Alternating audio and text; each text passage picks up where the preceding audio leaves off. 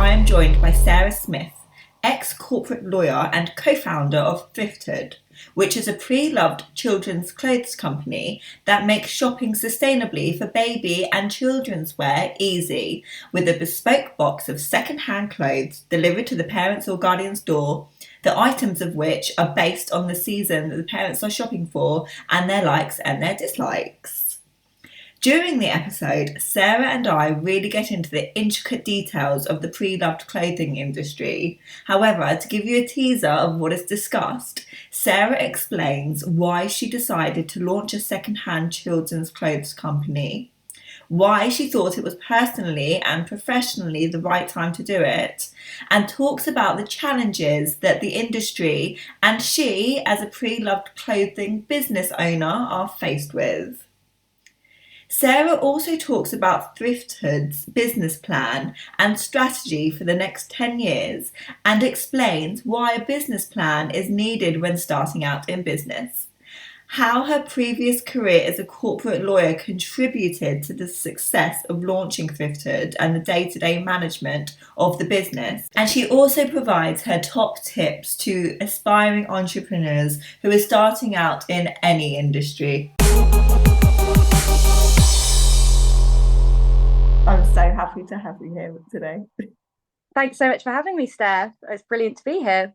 It is an absolute pleasure. So we've been talking for a little bit before, I press record, and I am just literally fascinated by your business model and so proud of what you've accomplished. I cannot wait to go even into more detail about how you've set it up, because it's an incredible story. But I thought that we would kick off just by asking you to introduce yourself. Yeah. Hi, so I'm Sarah. I'm 30 and I'm the founder of Thrifthood, which is a curated pre-loved baby and children's wear circular business. I spent 12 years training, studying and practicing law. So I did litigation, private client and insurance. Earlier this year, I took quite a big leap to leave the law and go full time with the business. I can't believe you've been practicing law or been involved in it for 12 years. But I was thinking last night, just thinking ahead about this interview and thinking, God, how long have I known Sarah for? And it must have been 20 years, right? Yeah. About 20 years, which is kind of crazy. And you've done so much in this time, so many incredible things. Making it to, a corporate lawyer in London is a fantastic achievement, but to conquer that and then move on to your own thing is very inspiring. So I know that the listeners are going to get a lot out of this episode. So you mentioned Thrifthood a little bit, but why don't you explain what exactly it is and how it works? Yeah, so it's quite a simple concept, really. We sell boxes of baby and children secondhand clothes. So what makes us different? The kind of things on the market at the moment for secondhand kids' clothes are the big resale apps, the online marketplaces, Facebook Marketplace, Depop, but largely Vinted. And then you've got, your traditional charity shops, or you've got quite small sellers. So they will have a website or an Instagram page, and they will sell items, single items. So, and that is the same with a lot of these resale sites. They do also offer kind of bundles of clothes, which is quite similar to, often how people will just pass hand-me-down clothes. You just get a big bundle, and then the responsibility on you as a parent is to sift through that, decide what you like, what you want to keep, and then you have to dispose of anything you don't want, that doesn't fit, isn't your style. So Thrifthood is the opposite of that, because we do all of that process. We source and style the box for our customers. So it's more than just a box of secondhand clothes, because we create outfits that are complementary, they're interchangeable. So, it's kind of like a little mini capsule wardrobe, ready to wear, pull them out of the box, they're ready to wear.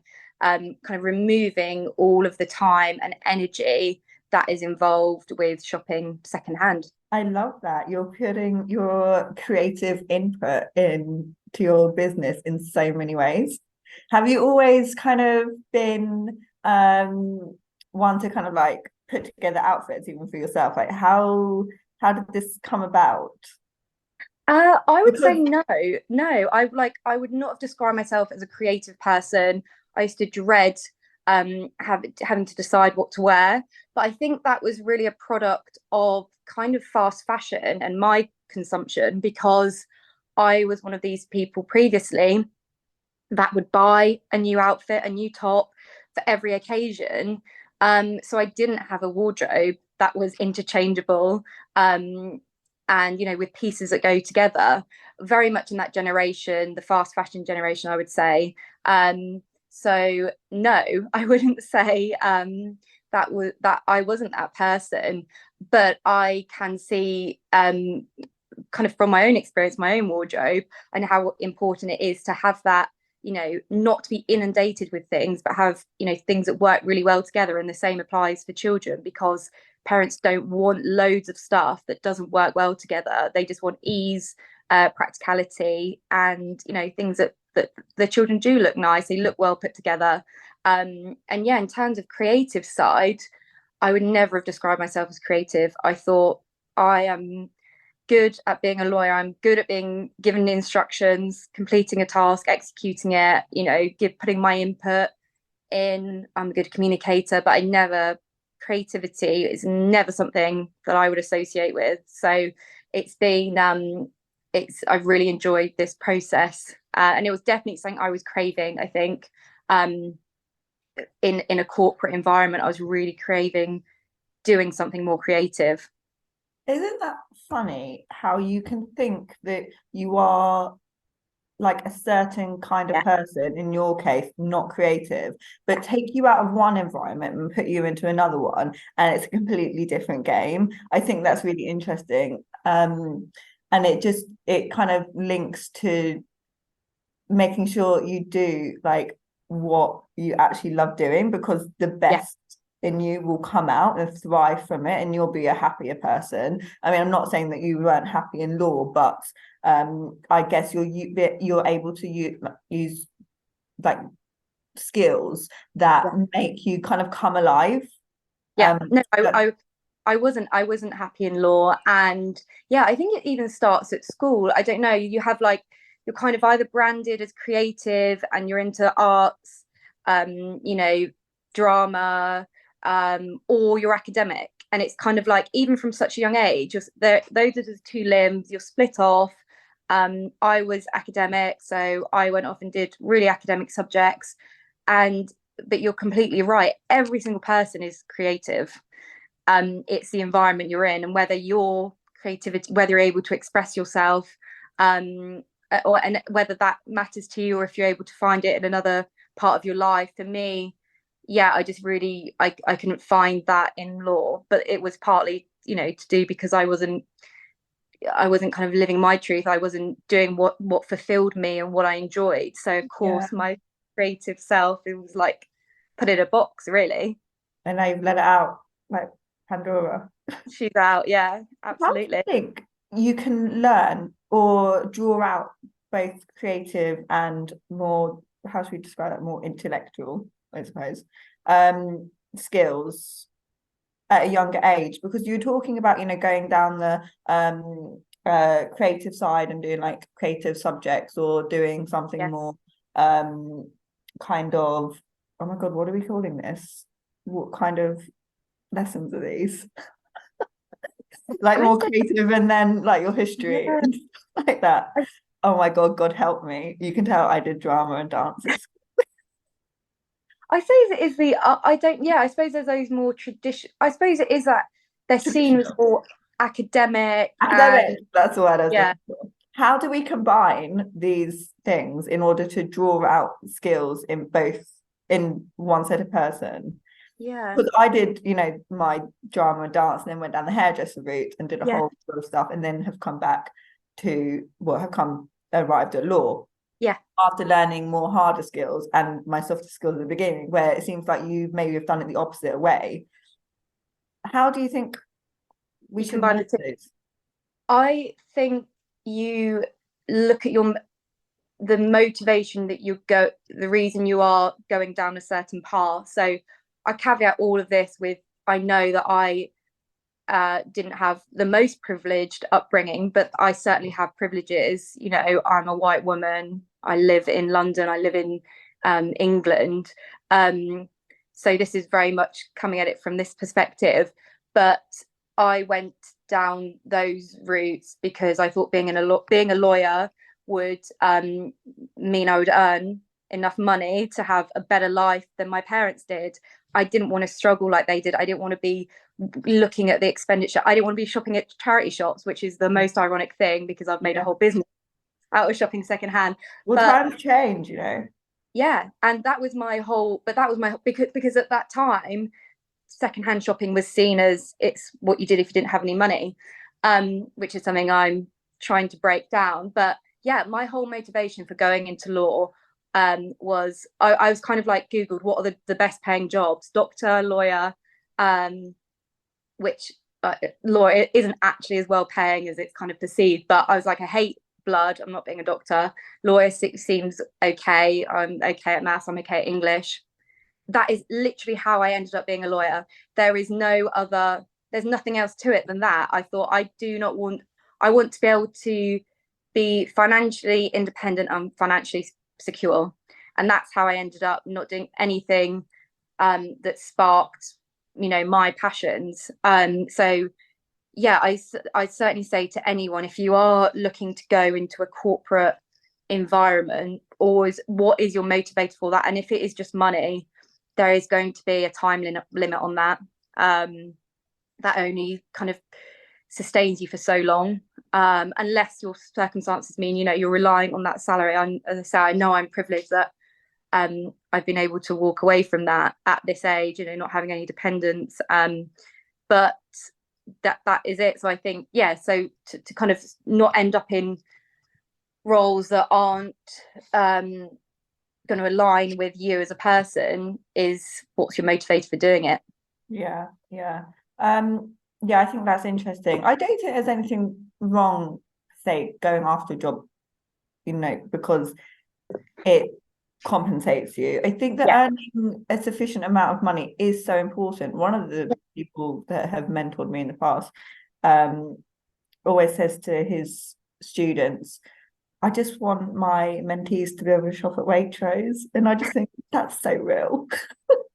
Yeah, like, no, I don't have to walk past Waitrose and go into shops that I can't afford. Like, I do want a financially rewarding job. Like, and I want to work hard and I want to be compensated well for that. And just go back to what you were saying, kind of like going into law because it served a purpose.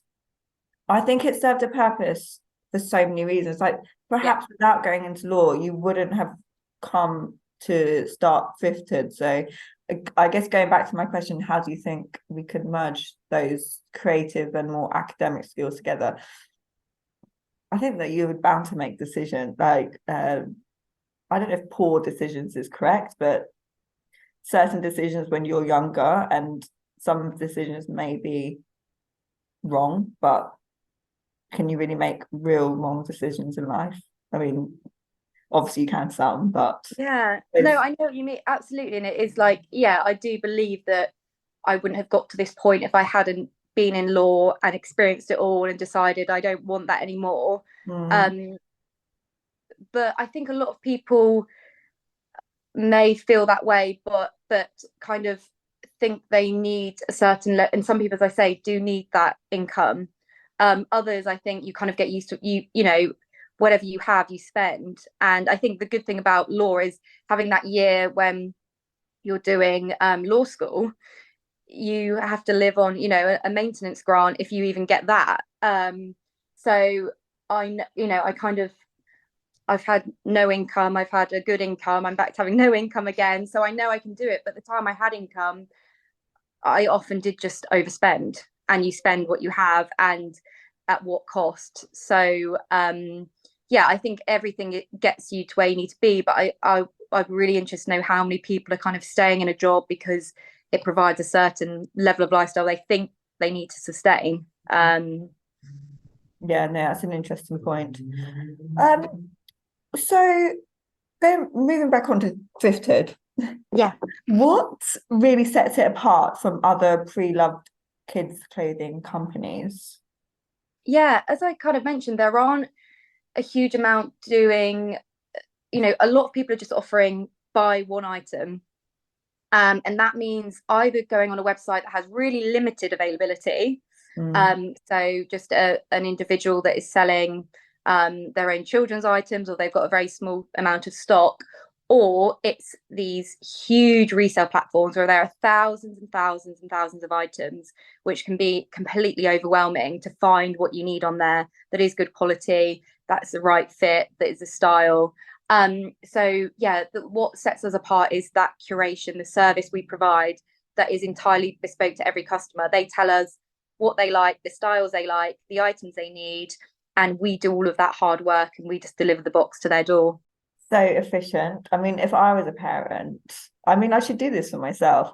I would just absolutely love for somebody to style my baby and, deliver the products to me as well. There's no better way of doing it. I'm all for time saving and looking good as well. So, yeah, I would 100% be a customer. I should really get somebody to style me. I mean, that, like what Steve Jobs did and all those other people that have just a uniform. Yeah. It totally takes away any decision making that you have to do. It saves and provide you with so much more creative time to, put something else. So well done for freeing up so many parent time and lives, because I'm sure they're really grateful for that. Yeah, I can imagine what it takes to look after a kid. So taking that pressure off of a parent, I think, is so needed. yeah, I think at the moment we're just in a time where the mental load on parents is just it's huge. All the things they have to think about, and the problem with children's clothing is they do outgrow um, their items, especially when they're really young. So, unlike as adults, we don't outgrow our clothes that regularly. With children, you have to keep buying new clothes. You can't really avoid it unless you've got an amazing network of friends and family that just give you clothes. But parents also like to retain the autonomy to decide what their children want to wear. For a lot of parents, it's important that their children do look nice, and it's kind of they want to have that show that if they sometimes feel like perhaps they don't have it all together, to have their children, is the same way often as we do. If you feel like you put a nice outfit on, you feel that whatever else is going on, you feel put together and ready to take it on. So yeah, it's definitely in a time where convenience is absolutely key.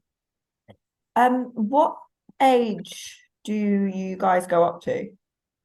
So Size. at the moment we go up to age 4.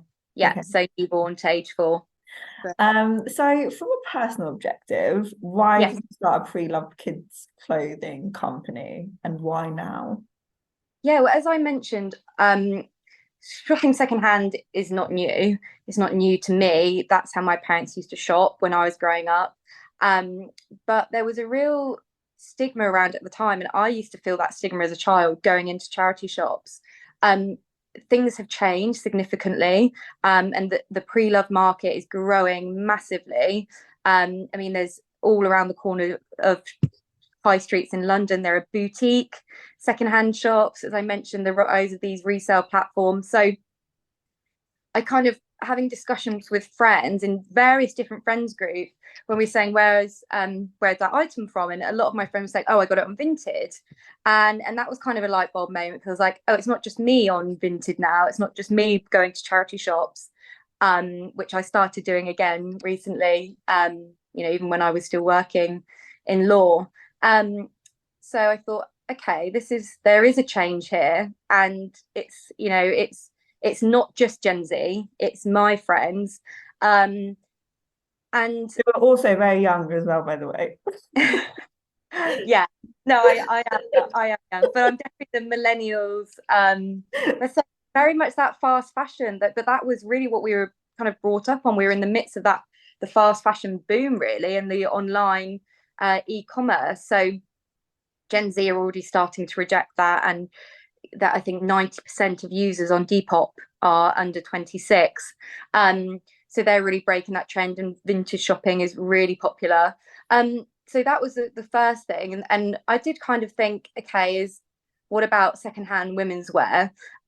Because the other thing is, I love going on these sites and I love searching. I love the hunt. I love the thrill of it. But a lot of my friends were just telling me how much they don't like that. And when I was working in law, as much as I did enjoy kind of going on sites and going to secondhand shops, I didn't really have much time to do it. So I could see that there was definitely a need to make secondhand more accessible to people that either didn't have time or just did not like, having to search through so many items to find what they need. So I considered women's wear, but the problem with women's wear are sizings. So I just knew that would have to be, that is something you'd need a huge cash injection, because you'd have to have a lot of stock, and you'd have to be measuring, you need to know the waist sizes, or you'd have a huge amount of returns. Because for me, it's really important we offer a full money back guarantee at Thrifthood, because I think a lot of people are put off shopping secondhand because often you can't return items. It's kind of buy it as seen, and on Vinted, I think you can return, but that's, you then have to return it to an individual. I'm not really sure how it works. So women's wear would have to be returnable for me, because I just think otherwise people wouldn't do it. And that just seemed like that would be, so you need a huge cash injection. You need to have the infrastructure to manage a lot of returns. But with children's wear, I realized obviously you don't need to measure sizes. The sizing is pretty standardized. And of course, the difference with women's wear, men's wear, children need clothes. So that is really how it kind of came about. And my nephew was a couple of years old. My niece had just been born. I saw how quickly my nephew outgrew things. I didn't really want to just buy my niece some more things from the high street, because I'd kind of stopped shopping there myself. But then the only option, I didn't really just want to buy individual items on Vinted, or have to go in a charity shop and hope they have something for a young baby. So I saw that there was also a market for gifting in that space, for people that want to be sustainable, but want that packaged experience. I love how you put this all together. Like, you've thought about it so carefully and put like all the right ingredients in together to make it a success. And it's like I can just see this so carefully thought out.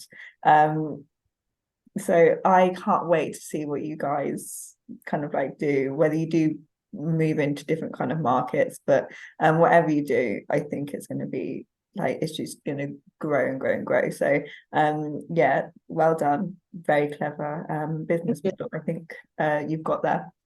So I was going to ask this question a little bit later on, but seeing as you were talking about customer service, how do you deliver exceptional customer or an exceptional customer experience?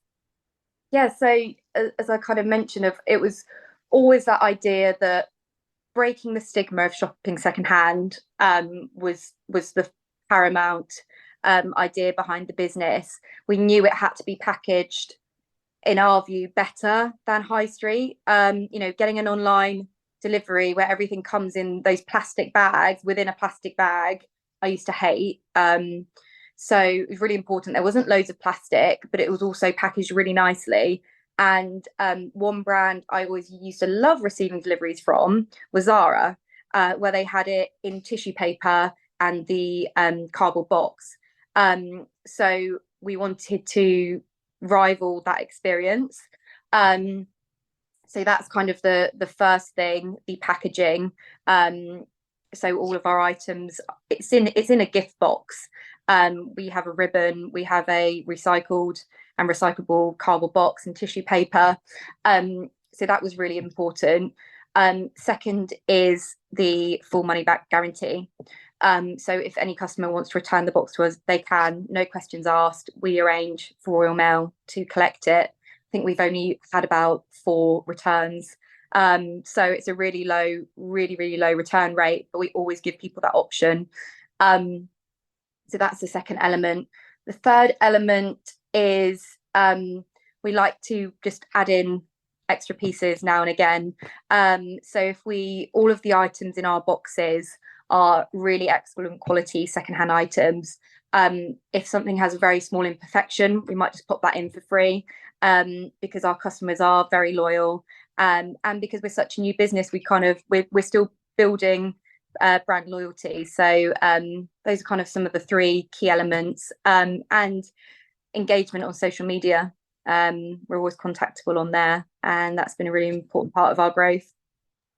I think that you're providing such a luxurious service. I mean, I grew up in the days where, eBay was, where you get your secondhand stuff from. Yeah. And I just think I've got trust issues like anyone, but growing up was just concerned about getting somebody's old tap through that's just got stains on, and it's not like that. Like, it's not. And I think that you're doing a fantastic job of getting that message out there, that combined with the next generation kind of not having that experience. And I suppose growing up with Nasty Girl, who started her eBay shop, and that is the kind of quality being pushed out there to their understanding.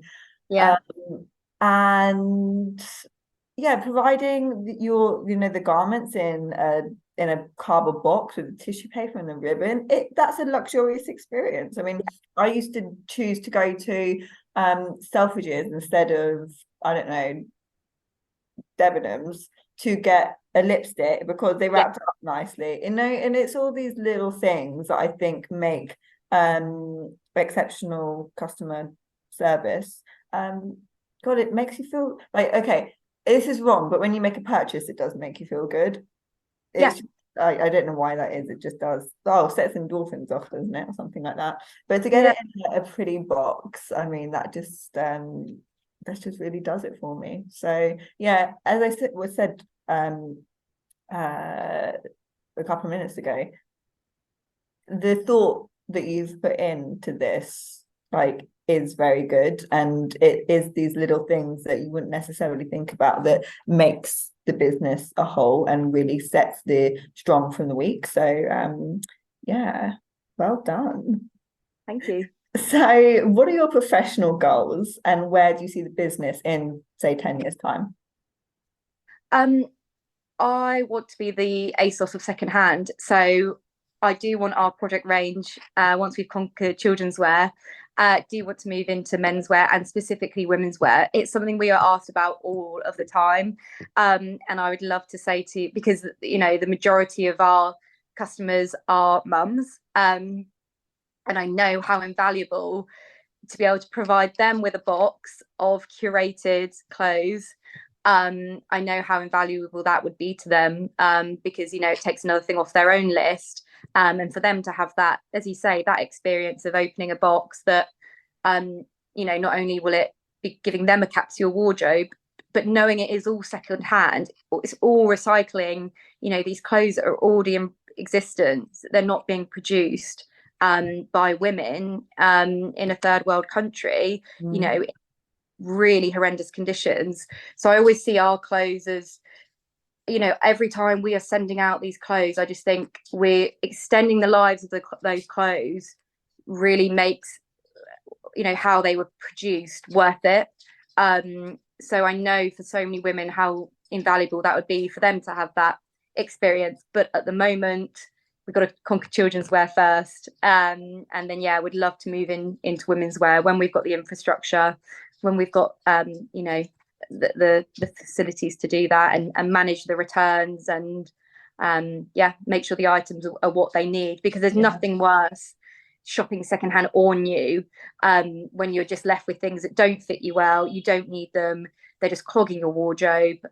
So yeah, we don't want to do that. But we've thought, even from an early stage, we thought we'd love to do kind of sweaters, even just for the mums to have an item that doesn't need to fit, a tailored or a waistband that needs to fit, sweaters. So yeah, keep an eye out for that, because that might launch sooner rather than later. What are the biggest threats to the pre-loved clothing industry? Yeah, that's an interesting question, because, as I said, it's a really growing market. The threats will always be the fast fashion brands, the supermarket brands, because we have to price our product is more expensive than shopping at some high street shops. We are never going to be able to compete with them on price. But there is a reason they are able to offer such low prices, and that is because of their supply chain and how much they pay the workers that are making their clothes. So everything comes at a price. So that will always be the threat, because some people will need to make that immediate purchase, and they will have to get it for a low price.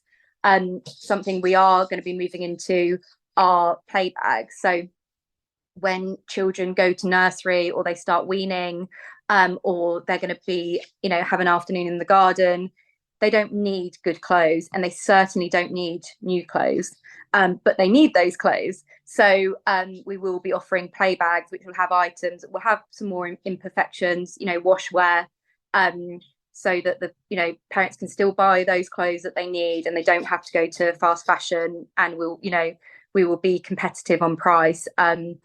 But yeah, again, that's a watch this space.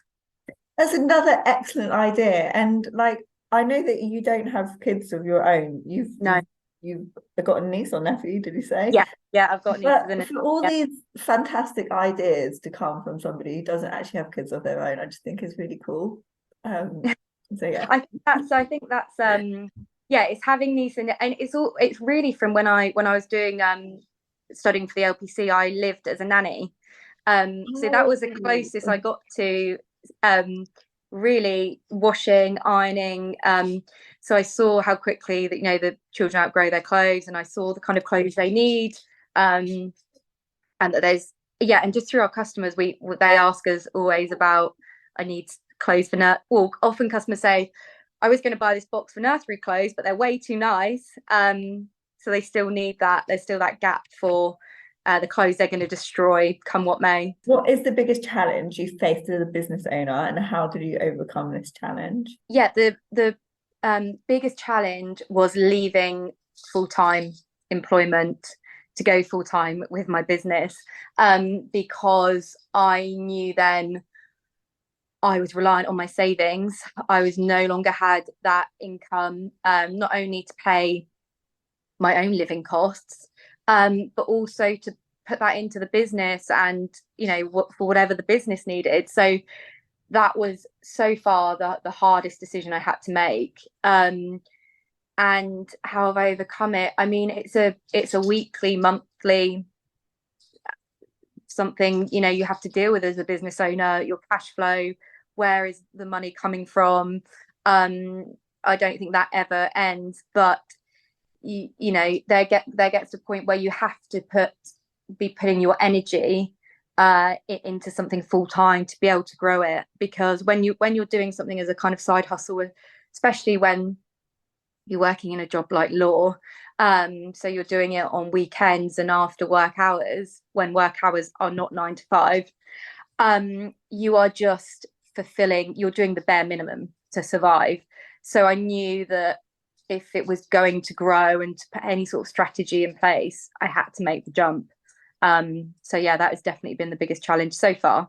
Who knows what's around the corner? Well, I'm sure you'll be faced with many other challenges, but you seem to have a very kind of steady head. I just think that if you stop and try and make sensible decisions, like you obviously had money saved up, and you had a business plan, I'm assuming we come on to that later, and it's not as if you just plucked a random idea out of the sky and ran with it. like you did think about the pros and cons before doing it. And I think that yes, you do have to make an executive decision sometimes to Yeah, break away from something. And that obviously is a it is a challenge to think I'm going to leave this life that I have yeah, built and this yeah, successful career for something that may or may not work. yeah, yeah. So, but just going back to what I was saying just a second ago, if you are making a rational decision, at the end of the day, it's going to be the right decision for you. Yeah, and to be honest, I don't even know if it was rational. I mean, the day I decided, it was the Friday. It's close to things like I wouldn't describe it as a panic attack. It was kind of like an anxiety attack, which I've never suffered from.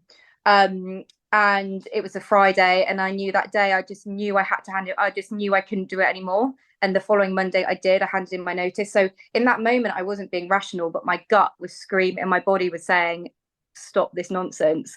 My partner was saying, imagine if you could just do a couple more months. Imagine what you could save up. And absolutely, that would have been the sensible thing to do. So I had some money saved, and I knew I'd have my notice period. There's always a notice period you've got to work, and I could save then. So it was, yeah, there was obviously we could see the business was going somewhere. We could see that there was, we really had something here. And that was the rationale, and that Yeah. was this makes sense. But then ultimately you have to listen to your gut and your body when it says, when do you jump? Yeah, yeah. Your body was telling you to jump then. Yeah. So, what were the first steps of your business strategy and how did you go about executing it? Yeah, I'd say at the beginning, we didn't really have a clear strategy. It was very much, let's just take this step by step. First things first, set up a social media page, register the company, all those kind of logistical things you need to do. But it was, yeah, that reaching out to seeing if there was a customer base. That was the first step. And that is the brilliant thing about social media. You can reach customers instantly. So that was our first step. We didn't really have any sort of strategy, because until if anyone's going to want to buy it, there's kind of no point looking too far ahead. I say that with, it really depends on the industry, and this isn't an industry where you necessarily need a huge amount of capital to begin with. You don't need to do a huge amount of research, because it's a product that you can create pretty quickly. We're not having to go to China to manufacture something. It's something were able to create quickly. Yeah, I mean, I've spoken to people on the podcast who have got makeup lines and skincare Yeah, brands and other things where they have needed to get funding for in order to launch a business. Although Natasha Moore, the makeup cosmetics, which is makeup artist, she started her cosmetic line. She actually saved up so much money to yeah, fund it herself, and I just think that is an incredible risk. yeah, Eventually she did get, I think it was a loan, or she may have got an investor, but it's kind of like a silent yeah, partner. It's got a yeah, very small percentage because she wants to manage the whole yeah, business on her own. She wants to make all the executive decisions. yeah, yeah. You don't online pre-loved clothing industry doesn't need that capital. Is that what you're No, saying?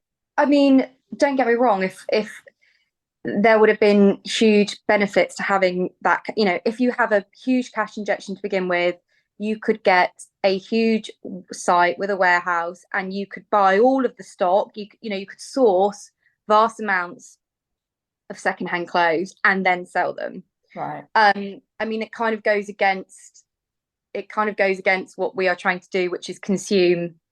um we don't want to buy. For us, that wasn't an option. We didn't have that kind of capital. And it's kind of worked in our favor, because we've been able to grow slowly. So you don't necessarily know, you can start with a really small amount of stock, and you can fulfill. What we do is we fulfill to the order. Because parents are often buying a season ahead, So, we get orders throughout summer for autumn. So we will have some stock, and then we pretty much most orders we source some more stock. So we use, the cash from the purchase to buy the items for that box. So we don't have a vast amount of stock unsold. It's made to order in that respect. So yeah, you can do it bootstrapped, really.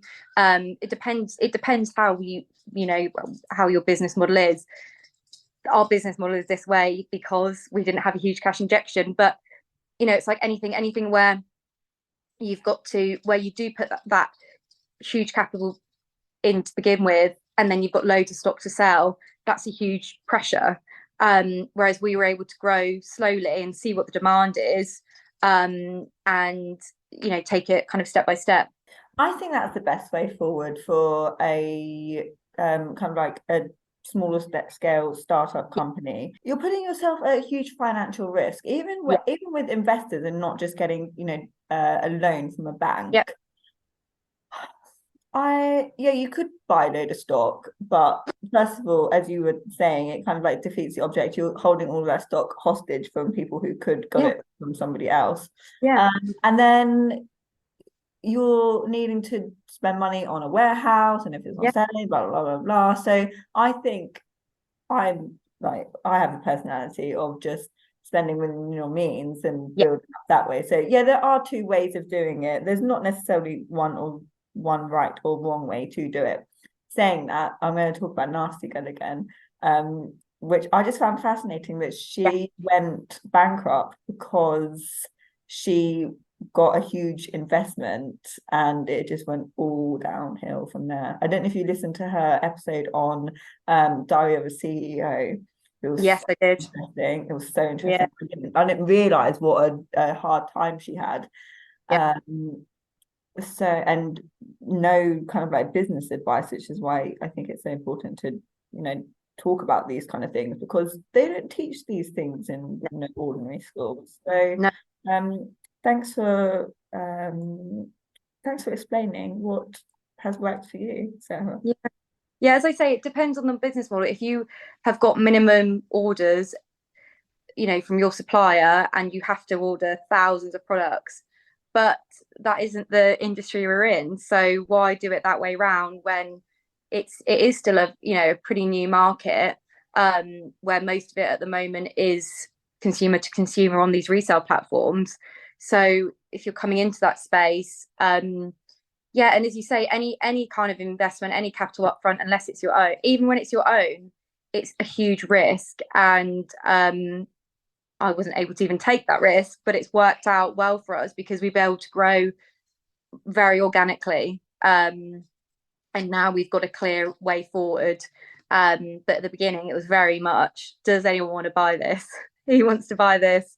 And just, fulfilling orders as they come in. Excellent. So what are the financial overheads of a pre-loved clothes company? So we do have some stock. That is an overhead. All your kind of standard things, really. The website. There's always an annual fee to have a website up and running. Same with any other platforms you use. The website hosting fee, email, all those sorts of things. But they are, as I was kind of saying, until you've got a big warehouse space and until you've got employers, the cost, the overheads, you can keep things quite tight. So the main overhead is me, and in time other employees, because the kind of where the time and effort is going through these clothes, sorting them, mending them, treating stains. So it's really it's quite labor intensive. So labor is kind of one of the largest overheads. So one thing that I wanted to ask, when you were talking about the boxes and the ribbons, and I suppose the clothes as well, because this question must be relevant to that as well. Have you been met with any supply chain issues since launching? Yeah, so the biggest supply chain issue is the problem we are kind of trying to solve is that when we are sourcing clothes for our boxes from resale platforms, the items are not as described. So we might be sourcing an item for somebody's box. It's exactly what they're after, pair of denim dungarees, and they're described as very good condition warm ones, and they have a huge stain on them. So that is something that comes up time and time again, and it's it it is an issue for us, but every time it happens it reinforces why our business exists, because we are very we know how to work these platforms, we know where to get the best quality items from, we know how to do it quickly. But if it's not as somebody has described, or people just out and out lie about the condition of something, or that is the problem with these platforms. So yeah, that is the biggest issue. And then yeah, with our packaging, we use a another small business in the UK, but they are quite small themselves, so they often run out of items in stock, that might be our colour ribbon, or they just stop selling our colour ribbon. And because all the items we use in our patching are from recycled material and recyclable, it can be quite hard to source those items elsewhere. So those are definitely, yeah, two of the supply chain issues. I guess we've kind of like been talking about this throughout the podcast, the hard skills that you've picked up from your previous career. But is there anything like specific that's really contributed to the success of launching Thrifthood and the day-to-day management of the business from your previous career as a corporate lawyer? I wouldn't. There isn't one skill that I still use day in day out. Of course, sending emails, keeping on top of my diary, all that, that kind of thing that was second nature to me in law. Having to be very disciplined with deadlines, having to keep on top of various different third parties, or all of that, I'm very used to. But I think it's kind of more my journey into law and getting to where I got to with my career. It's kind of the skills I learned along the way there that kind of gave me I suppose, the confidence to just go for it with the business. I kind of, with my law degree, and then getting a training contract, and then moving practice areas, going through all of those changes, and largely doing it, by myself with support of great people I met along the way. But that kind of gave me the confidence to just go for it with the business. And it's kind of, I've heard people say this a lot. If you're really good at, if you're doing well, or you're good at something you don't actually enjoy doing, which is how I felt in law, it's kind of imagine what you could achieve when you're doing something you're really passionate about. And that's kind of what always inspired me to do this. And I suppose the other thing is, as I kind of mentioned with my upbringing, I had no expectations that I would, I set my mind to becoming a lawyer, and it was always part of the plan, and I was very determined to do it. But coming from, a working class background, I've learned to not have much, and I knew that didn't kind of, money and things didn't mean everything. So I wasn't as scared to kind of lose that. I don't know how to, it's hard to kind of describe, but I wasn't really scared of losing that, I suppose. And again, that's because I'm in a, I say I'm not reliant on that income for others. I don't have dependents, or I'm not providing care to anyone. But I wasn't kind of scared of what would go wrong, because I just thought, if I could get here, this I will make this work. Yeah. I think that's so inspiring, Sarah. You've obviously gone through a lot in your life, been faced with challenges, overcome them. Perhaps some, I don't know, you haven't, and understood that it's okay, it's not the end of the Yeah, world. And that experience, it sounds like, has just, you know, helped you get through, day-to-day life now as a business owner. Um, which is really tough and scary, I mean, I think that the most I I've heard that saying before, the reason why I'm going to butcher this, the most people fail because no, this is what it is. Most people fail because they didn't start in the first place, yeah, right? Which is so true, I yeah, think, anyway. Um, so for you to kind of like take the leap and do it, um, and have that mentality, because at the end of the day, you have to just not care. yeah, Otherwise, you're just going to be so kind of like you're just going to be so tense and frigid that you're not going to yeah, use any like creative yeah, or like you're not going to use any imagination, and it's going to stunt your business before you even get started. You just have to yeah, kind of whatever. I'm just yeah, going to give it my best shot. Like until you absolutely. free Yeah, up your mind, just yeah, go. you just have to, yeah, you have to, email that person, contact that journalist, reach out to that fellow business owner and just think, what have I got? I've got absolutely nothing to lose here. Yeah, Got and nothing not to be lose. If they don't respond to me, so what? But I'm never yeah. going to see them again. You've got absolutely nothing to lose. And you're right that it's just taking that step and doing it. And I think what I think the kind of not caring is from the outside, people probably thought, friends, colleagues, whatever, like I probably thought it all seemed, had this career, was going to keep going on and on. And that was like such a facade. That's not how I felt. I really didn't enjoy the day to day. I felt kind of numb to life. I felt like I was going through the motions.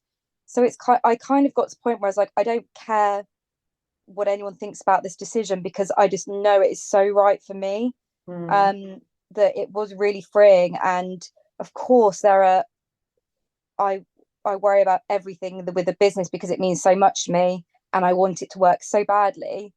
But um, that's what drives you forward, I suppose. But I don't care what anyone thinks about my decision to leave law. I don't care if people think that's crazy. I don't care if people can't believe the salary I gave up because that was all meaning, it didn't bring me fulfillment or happiness. It's your decision at the end of the day. You have to do what makes you happy, and you Yeah. can't care what other people think about your life. Like it's your life. Yeah. You only get one life, There's no Yeah. point in doing something that you don't like doing, because you'll look back and you have regrets. And I don't believe in regrets, because I think that the only regrets you may have is because you've decided to go a different path in your life, and that other decision that you could have made is not possible because of another choice that you've Yeah. made. Yeah, I think that you have to make sensible decisions, like especially in the economy that we're living in. Like it is Yeah. tough. You have to have a decent income in order to be, happy. So it is a balancing act, but Yeah. yeah, you have to not let other people's judgment sway your decision, I think. As we are on what have been talking about law, I think this is a very good one as well for business owners to know as Yeah. well, because the law is hard and it's forever changing, so nobody Yeah. really knows what to expect. So somebody that comes from the legal industry, Yeah. were there any weird or unexpected laws or regulations that are applicable to the pre-loved clothing industry that you didn't expect? And which ones were you aware of that you think other people may not be aware of that should know? I There's nothing that I've come across so far. There are obviously issues with exporting. So customers outside of the UK, there are issues around that. But apart from that, as I said, the business is simple and straightforward. It's sourcing clothes from, our supply chain is all in the UK, something we're really proud of. um, our suppliers are mums, or it's people that send us clothes in for our money off scheme, our customers. Um, so there's no, regulation around that. Um, and we treat the stains, we package up these clothes, and we send them on to the new home. It's That is the business model. There isn't a huge amount of, we're not producing anything, and that is, not only is it from an environmental perspective great that we're not producing anything, then you don't get caught up in all this red tape around producing a new product. And yeah, I think that is where you can find issues with regulations. If you're importing the product, if it's being manufactured elsewhere, that's where it can get really complex in that area. But for us, we are taking the products that are in people's wardrobes, back of drawers, that are excellent quality clothes, and we are just sending them on to their new life. So there's not a huge amount of regulation around that I've come across so far. Good to know. Good to know. But I'm sure, like when you get bigger, there'll be more stuff with employment laws and Oh, it'll probably be a bit of a minefield, I imagine. Or maybe absolutely. not for you. Pardon? Maybe not for you. Oh, it will be. It will. I was doing an internship last year and I asked the business owners what they liked out of a law firm, their lawyers, and what they needed most help on or most advice on. And they kind of gave the same answer as you, to be honest. And they said, we just use lawyers mostly for advice and guidance and on these or paperwork, blah, blah. Yeah. But they're looking forward to when they get sued, because it means that they have really succeeded in life and somebody wants to sue them and take them down. That's very true. Which probably leads on to my next question. What does success mean for you? I think it's what you were saying earlier. Like, look, yeah, in the economy we live in, we've all got to pay our bills. I have to pay my mortgage. Um, I've got to support a small dog that's very needy. So there are things you have to pay for. So everyone has to earn a living, and it's something I've struggled with. Since working from I was 13, 14, I've always had an income. I always worked throughout university. I worked on my LPC as well as being a nanny. I worked in a shop on the weekends. I've always worked and I've always had my own money to do with it. And it was always coming in each month, however big, however small.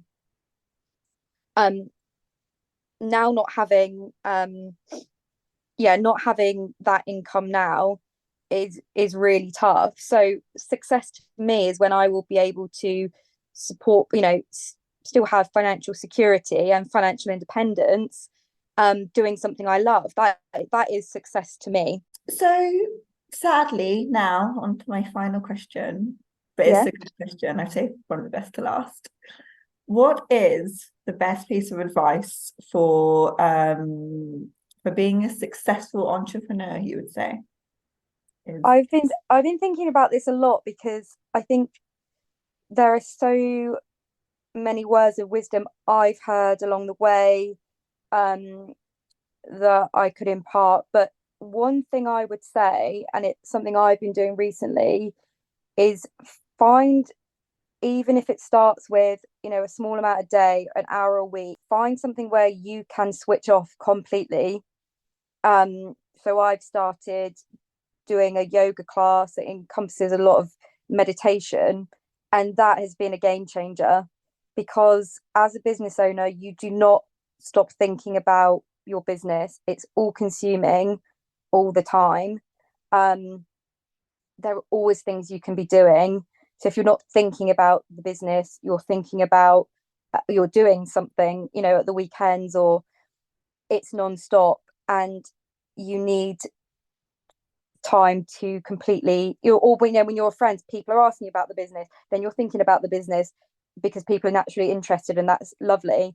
But I found having that time to switch off my brain, has really helped bring clarity when I need to make decisions, because as well, you're often making decisions on your own, so you don't have a team of people around you to discuss these decisions with. So you've really got to like tune in to yourself, your gut, to make these decisions. And you can't, unless you have that space, create that space in your mind. It's really difficult, and you can just wrap yourself up in kind of your mind. So that would be my advice. Meditate, or find, whatever it is that feels like meditation to you. For some people that might be gaming, it might be walking. For me it's yoga with meditation. So whatever it is that actually allows you to switch off, that would be my advice.